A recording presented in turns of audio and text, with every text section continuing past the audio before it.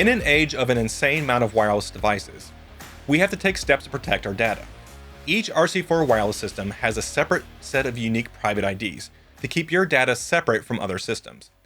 Each private ID will handle one separate DMX universe. If you need multiple universes in your space, you can use multiple private IDs to allow for multiple wireless systems to operate at one time. For example, I recently designed a production of Into the Woods at the Utah Festival Opera and Musical Theater. The costume designer Mallory Peruka and I decided that we wanted to pixel map the ugly witch's dress to express her emotions and her magical abilities. We also had wireless pixel mapping built into her staff. In total, we needed 3 DMX universes of pixel mapping and another for regular wireless dimming. We used our 3 private IDs for the pixel mapping, plus the public ID for the wireless dimming to give us the most flexibility that we needed. This project and pixel mapping will be discussed and covered in another video. You can find the Ugly Witch video in the top corner. We also have a series of in-depth videos on how to set up and use the DMX Pix units. When you receive an RC4 product, ID 0, ID 1, and ID 2 are your own private IDs. ID 3 is a public ID that is shared among all RC4 Series 2 and 3 products. Now, let's say a designer adds 2 more chandeliers that have to be wireless and you're out of dimmers. You call your friends across the street and ask to borrow theirs. The RC4 devices from their system will not work with your private IDs. That's the whole point of having a private ID. No one else has it. But you can set your equipment and theirs to ID 3, which is the public ID, and everything will connect at that point. Now, you always want to use your own private IDs. ID 0, which is the factory default, is typically okay for most users. For the most part, when you receive your RC4 device, they're ready to go, plug and play. Most of the time, the default settings are ideal, and all you need to do is add power, DMX, and set the address. When you first power up a transceiver in dimmers, it can take up to 10 seconds to create a network. Just a reminder that devices that are intended on being used together must be on the same private ID.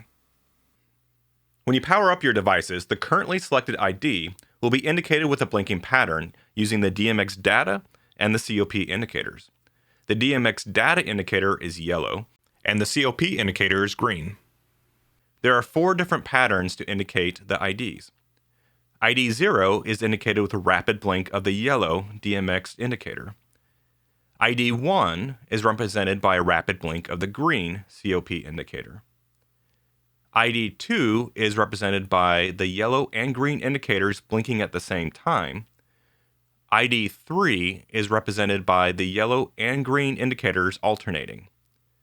You can change IDs at any time by simply holding the set ABC or the set DEF buttons on power up.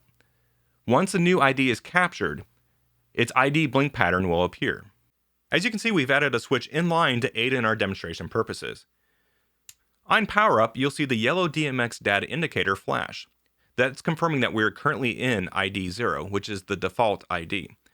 If we want to change to ID 1, we're going to turn the power off, press down the set DEF button, turn the power back on, and you can see the green COP indicator flash, confirming that we have changed to ID 1.